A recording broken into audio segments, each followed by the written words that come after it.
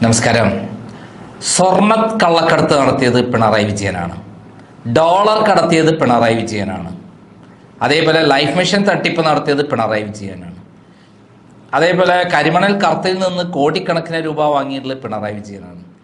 പിണറായി വിജയൻ നടത്താത്ത അഴിമതിയോ തട്ടിപ്പോ അല്ലെങ്കിൽ ധൂർത്തോ അല്ലെങ്കിൽ കെടുങ്കാര്യസ്ഥതയോ മാഫിയ പ്രവർത്തനങ്ങളോ വേറെ ഇല്ല എന്നുള്ളതാണ് സത്യം.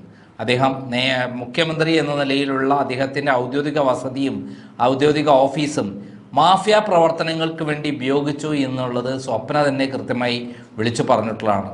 ഇതിനെ തുടർന്ന് PC ജോർജ് തന്നെ വിളിച്ചു പറഞ്ഞപ്പോഴാണ് അദ്ദേഹത്തെ കള്ളക്കേസിൽ കുടുക്കി ഇവർ അറസ്റ്റ് ചെയ്യാൻ ഒരുങ്ങി പുറപ്പെട്ടത്. പലതവണ അറസ്റ്റ് ചെയ്യാൻ ശ്രമിച്ചു. അവസാനം ഹൈക്കോടതി തന്നെ ഇടപെട്ടു, ഇനി മേലിൽ തൊട്ടു പോകരുതെന്ന് പറഞ്ഞിട്ട്. പ്രതികാരത്തിന് വേണ്ടി അധികാരത്തിൻ്റെ എല്ലാ സാഹചര്യങ്ങളും ഒരുക്കി പോലീസിനെ ദുരുപയോഗിക്കും എന്നുള്ളതാണ് PC ജോർജിനുണ്ടായ അനുഭവം. എനിക്കും ഷാജൻ സ്കറിയയ്ക്കും അതേപോലെ ഏഷ്യാനെറ്റിൻ്റെ വിനോവി ജോണെല്ലാം തന്നെ ഇത്തരം അനുഭവങ്ങളുടെ കൂമ്പാരങ്ങളുണ്ട്. അങ്ങനെയുള്ള പിണറായി വിജയൻ ഇപ്പോൾ നവകേരള യാത്രയുമായി നടത്തുന്നത് അധമ പ്രവൃത്തിയാണ്, തട്ടിപ്പുകളാണ്, ജനങ്ങളെ പേടിപ്പിച്ചിട്ടാണ് ആളുകളെ കൂട്ടിക്കുന്നത്. അതേപോലെ അതിലൂടെയൊക്കെ കോടിക്കണക്കിന് രൂപ തട്ടിപ്പാണ് നടക്കുന്നത് എന്നാണ് PC ജോർജ് പറയുന്നത്.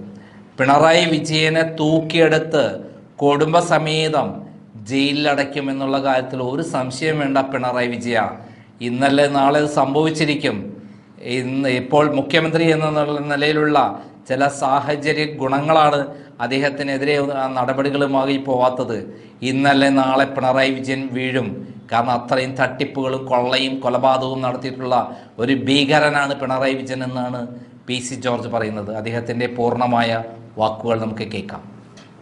അതായത് തോക്ക് ചൂണ്ടി കാണിച്ചു, അതിൻ്റെ ഇടയിൽ കൂടെ പോയി എന്നൊക്കെയാണല്ലോ പിണറായി ഇന്നലെ പറഞ്ഞിരിക്കുന്നത്. അതായത് അയാള് കണ്ണൂർ ജീവിച്ചു വന്നത് നമ്മുടെ സുധാകരായിട്ട് അങ്ങനെ, അതായത് നോക്കിക്കൊണ്ടൊക്കെയാണ് ജീവിച്ചതെന്ന് അയാൾ ഉദ്ദേശിച്ചത്. അതായത് കേരളം കണ്ട ഏറ്റവും ഭീരുവായ കൂരുപടിയുള്ള ഒരു നാണം കെട്ട നിഷ്ക്രിയനായ ഒരു മന്ത്രിയാണ്, മുഖ്യമന്ത്രിയാണ് പിണറായി വിജയൻ. ഒരു സംശയം വേണ്ട. കേരളത്തിൽ ചരിത്രത്തിൽ ഇത്രയും നിഷ്ക്രിയനായി ഒന്നും കൊള്ളാത്തവനായി ഒരു അഴിമതിക്കാരനായി ഒരു മുഖ്യമന്ത്രി ഉണ്ടായിട്ടില്ല. സഖാവ് EK നായരെ പോലുള്ള മാന്യന്മാരൊക്കെ ഇരുന്ന കസേരയിലാണ് ഇയാൾ കയറി ഇരിക്കുന്നതെന്ന് പറയുന്നത് പോലും നമുക്ക് നാടിന് അപമാനമാണ്, കമ്മ്യൂണിസ്റ്റ് പ്രസ്ഥാനത്തിന് അപമാനമാണ്. ഇപ്പൊ കമ്മ്യൂണിസ്റ്റുകാരനാണെന്ന് ചോദിച്ചാൽ ഞാൻ കമ്മ്യൂണിസ്റ്റുകാരനാണെന്ന് പറയാൻ ആളെ കിട്ടുക, കാരണം ഈയുടെ പാർട്ടിയാണെന്ന് പറയാൻ നാണക്കേടാ. അത്രമാത്രം തകർന്നില്ലേ ഈട്. അവിടെ നിന്ന് തുടങ്ങിയതാ കാസർഗോഡ് നിന്ന്, ഇവിടെ വന്നപ്പോഴത്തേക്ക് തീർന്നു. ഇനി 2 ദിവസം കൊണ്ട് തീരും ഈള് രാജിവെച്ച് പോകുന്ന സാധ്യത. കേസും അതുപോലൊക്കെ വരുന്നുണ്ട്. അത് രാജിവെച്ച് പോകാനുള്ള സാധ്യത തന്നെ ഞാൻ കണക്കാക്കുന്നു.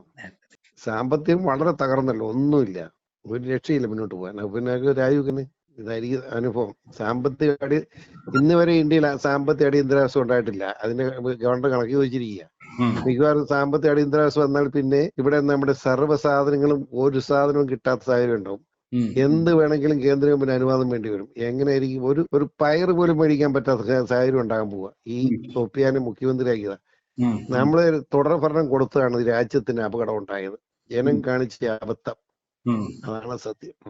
അദ്ദേഹം മനഃപൂർവ്വം ഇവിടെ കലാപം ഉണ്ടാക്കാനുള്ള ശ്രമമാണ് മുഖ്യമന്ത്രി നടത്തുന്നത് പറഞ്ഞാൽ, എന്നിട്ട് എങ്ങനെയും പിരിച്ചുവിട്ട് അദ്ദേഹത്തിന് രക്ഷപ്പെടുക എന്നുള്ള തന്ത്രമാണെന്ന് കരുതണം. അതാണ് അയാൾ ഉദ്ദേശിച്ചത്. നടക്കുകയല്ല. കാരണം അവര് കേന്ദ്രമാരും മടയന്മാരൊന്നും അല്ലല്ലോ. ഇല്ലാതെ ഒരു പൈസ അല്ലെങ്കിൽ ഗവൺമെന്റ് മുന്നോട്ട് പോയല്ല. സാമ്പത്തികം എവിടെ പോയി നിൽക്കും? ഈ മാർച്ച് 30 എത്ര കോടി രൂപ വേണം എവിടെ ഇരിക്കുന്നു? അതായത് ഇന്ന് വരെ ഇന്ത്യയിൽ ഒരു സംസ്ഥാനത്ത് ഒരു പൈസ പോലും കൂട്ടിക്കൊടുത്തിട്ടില്ല. ഇത്തവണ കേന്ദ്രമന്ത്രി കഴിഞ്ഞ ദിവസം പിന്നെയും കൂട്ടിക്കൊടുത്തിരിക്കുക കേരളത്തിന്. അതുകൊണ്ട് കുറേയേറെ സാമ്പത്തിക സഹായം ചെയ്തിരിക്കുക. ഇന്ത്യയിൽ ഒരു സംസ്ഥാനത്തിനും ചെയ്യാത്ത സഹായമാണ് കേരളത്തിന് ചെയ്യുന്നത്. എന്നിട്ടാണ് തന്തയ്ക്കുള്ള കേന്ദ്രത്തെ. ഈ കേന്ദ്ര ഗവൺമെന്റ് ഇത് കേൾക്കേണ്ട കാര്യമുണ്ടോ? ഇങ്ങനെ തെറി പറഞ്ഞ് മേടിക്കുകയാണ്, എന്നിട്ട് ഇതിനെ തെറി പറയുക. നന്ദി കെട്ടവനാ. നന്ദി അതില്ല കമ്മ്യൂണിസ്റ്റുകാരല്ല, പിന്നെ എങ്ങനെ നന്ദി ഉണ്ടാവും? കമ്മ്യൂണിസം, അതായത് കമ്മ്യൂണിസം എന്ന് പറഞ്ഞാൽ തെറ്റില്ല. കമ്മ്യൂണിസ്റ്റുകാരൻ മോശമായിരിക്കും, ഏറ്റവും മോശമായിരിക്കും. മനസ്സിലായില്ലേ?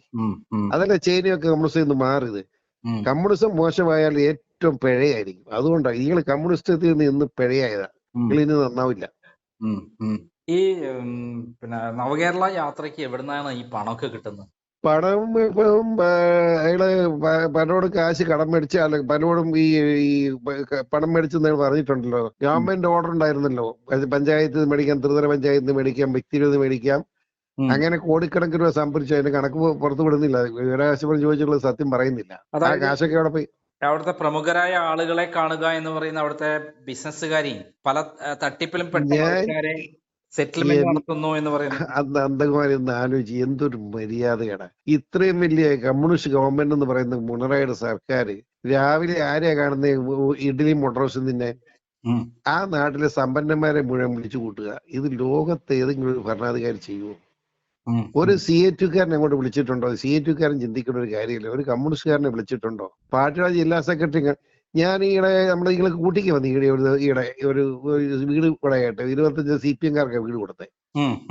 അന്ന് ഇപ്പൊ അയാള് നമ്മുടെ KJ തോമസ്, നമ്മുടെ പാർട്ടി സെക്രട്ടറി KJ തോമസ്, അയാളുടെ വീട്ടിൽ ചെന്നപ്പോൾ ചിരിച്ചിരിച്ച് മടുത്തു പോയി. അവിടെ അപ്പം വേറെ ആരും ഇല്ല, ഈ ഭക്ഷണം ഉണ്ടാക്കുന്നവരും മാത്രമേ ഉള്ളൂ. ഈകള് ഒരു മൂലയിലായിരിക്കുന്നതെന്ന് കസേരയിട്ട് ഇക്കേണ്ട പേടിയാ. KJ തോമസിന്റെ വീട്ടിൽ ആരും കയറാനില്ലല്ലോ, ടൗണിനകത്താ വീട്. അയാളെ ഒരു മുറിക്കകത്ത് മൂലയിലോട്ട് മാറി കസേരയിട്ട് അവിടെ ഇരിക്കുക. അപ്പൊ അയാളെ ഫ്രണ്ട് കഴിച്ച് പുറത്ത് ആരെയും പേടിക്കും, ആരും അങ്ങോട്ട് വരാനില്ല. അപ്പൊ ഒരു പാവ അവിടെ ഈ വീക്ക് ഭക്ഷണം ഉണ്ടാക്കുന്ന ആളുണ്ടായിരുന്നു. അയാള് ഭക്ഷണം ഉണ്ടാക്കുന്ന ലോക്കൽ കൂട്ടിക്കാരനാ, അവിടുത്തെ ഏറ്റവും വലിയ കമ്മ്യൂണിസ്റ്റുകാരൻ. ഈളെ ഒരു ക്യാമറയും കൊണ്ട് അങ്ങോട്ട് ഫോട്ടോ എടുക്കാൻ ഇറങ്ങടാ പുറത്തുനിന്ന് ഒറ്റ ചാട്ടമാണ്. അയാള് ഞടുങ്ങിപ്പോയി, മൂത്രം ഒഴിച്ചു പോയി പാവം. ആള് കമ്മ്യൂണിസം നിർത്തി, പരിപാടി നിർത്തി. ഇന്നലെ എന്നോട് പറഞ്ഞു ഈ കമ്മ്യൂണിസം ഇനി എത്ര കാലം ഉണ്ടാവും കേരളത്തിൽ? അത് ഇതിപ്പം വലിയ താമസമില്ല, മിക്കവാറും ഇപ്പൊ തന്നെ തീരും. അതോടെ കമ്മ്യൂണിസം തീരും, ഒരു സംശയം വേണ്ട. ഈ പിണറായി വിജയൻ ഇത്ര എല്ലാ തെമ്മാടിത്തരം കാണിച്ചിട്ട് ആരാണ് സംരക്ഷിക്കുന്നത് ശരിക്കും? കാരണം ഇത്രയും ആരും സംരക്ഷിക്കുന്നില്ല. അയാള് മുഖ്യമന്ത്രി എന്ന കസേര ഇരിക്കുന്നതുകൊണ്ടുള്ള സംരക്ഷണം. ആരും സംരക്ഷിക്കുന്നതല്ല. പലരും പറയുന്ന കേന്ദ്രം ഒന്നും ഒരു സഹായം ചെയ്യുന്നില്ല.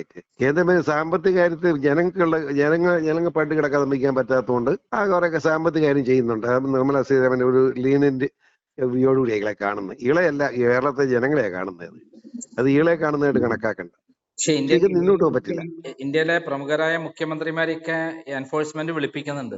ഇളയം വിളിക്കാൻ താമസം കാണുകയല്ല, ധൈര്യമായിട്ടിരുന്നു. ഒരു സംശയം. സ്വർണ്ണക്കള്ളക്കടത്തിൽ താങ്കൾ തന്നെയാണ് പത്രസമ്മേളനം നടത്തി പറഞ്ഞിട്ടുള്ളത് ഇദ്ദേഹം ആണ് മുഖ്യപ്രതി, വില്ലൻ എന്ന് പറഞ്ഞു. പിടിക്കും ധൈര്യമായിട്ടിരുന്ന് കാണിച്ചു തരാം. ഇളെ പിടിച്ചിരിക്കും, വിടുകയല്ല. അയാളുടെ വാസം ഞാൻ പണ്ട് പറഞ്ഞു, ഇനിയും എടുത്തു പറഞ്ഞോ. അയാളുടെ കുടുംബത്തിന്റെ വാസം തിരുവനന്തപുരം സെൻട്രലിലായിരിക്കും, ഒരു നിമിഷം വേണ്ട. അവിടെ കിടന്ന് മരിക്കാൻ പറയരുതെന്ന് എന്റെ പ്രാർത്ഥന. പുറത്ത് ജാമ്യം കൊടുത്ത് പുറത്ത് പോയിട്ട് മരിപ്പിക്കാവുള്ളെന്നാണ് പറയുന്നത്. നിൽക്കാൻ പറ്റില്ല. ഇള ഭാര്യ, മകള് എല്ലാം കൊള്ളക്കാരല്ലേ. മകളെ ഒരുത്തും കെട്ടുക, IS സ്പീക്കറിനെ കെട്ടിരിക്കുന്നു. അവൻ IS ഭീകരവാദിയാ.